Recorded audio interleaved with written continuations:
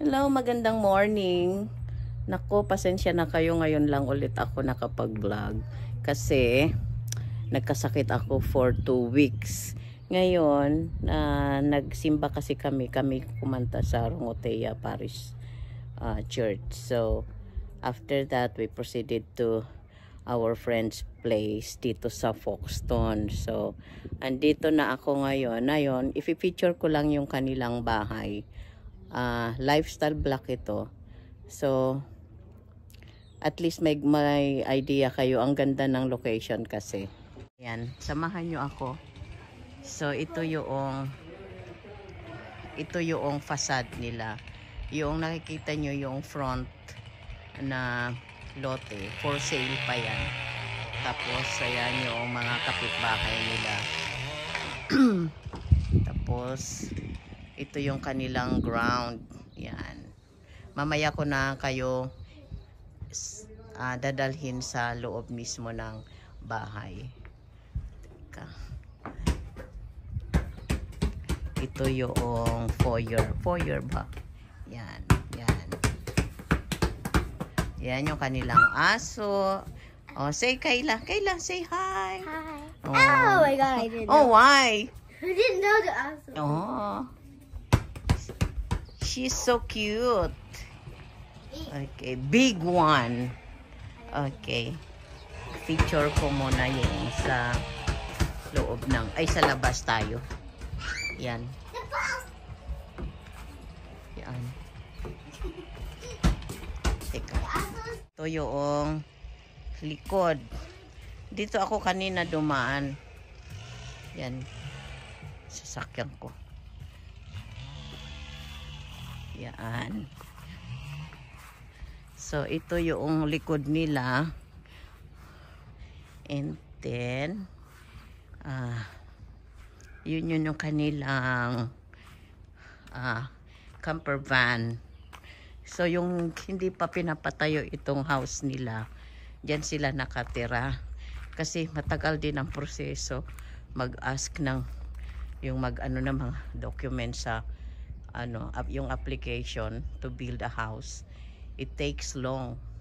So, diyan sila nakatira sa kanilang camper van. Yan. Ito namang aso na ito, ayan, sunod siya ng sunod sa akin. Yan. Okay. Tahimik dito, ganda. Itong lugar, ito yung Foxton. 26 mga 35 minutes drive papunta doon sa amin. Ngayon, magsisimula na kainan. In the name of the Father, the Son, and the Holy Spirit. Amen. Thank you for our companionship again. And thank you for all these people who bring food and bless all this food that we're about to receive from thy bounty. Through Christ our Lord. Amen. Amen. Father, the Son, the Holy Spirit. Yan. Guys, get your prize. Yan sila. Ito. Yan, kainan na. Pero, dadalhin ko muna kayo dito sa kanilang ano. Akin na yung 50. Ayan. Ha? Akin na yung 50.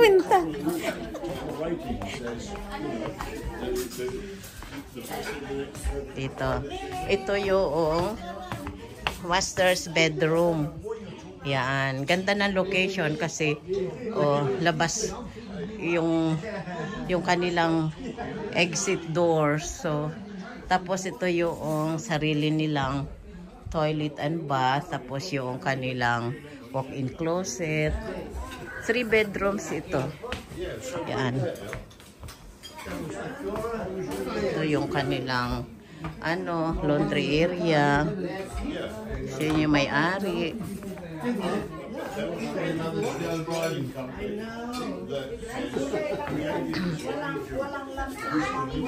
Tapos ito yung other room nila, guest room, other room. Yan. Nakikita nyo yan, yung kanilang, yun sa likod, yung kanilang camper van. Tapos ito yung toilet nila dito sa mga bisita. Mag-asawa lang naman sila. Pero 3 bedrooms ang pinagawa nila kasi syempre pag may mga bisita o at least mayroon silang ano. Okay, so sana nag-enjoy kayo sa pinakita kong ano, yung tawag nila dito, yung I forgot, yung lifestyle vlog. Yan, maganda kasi.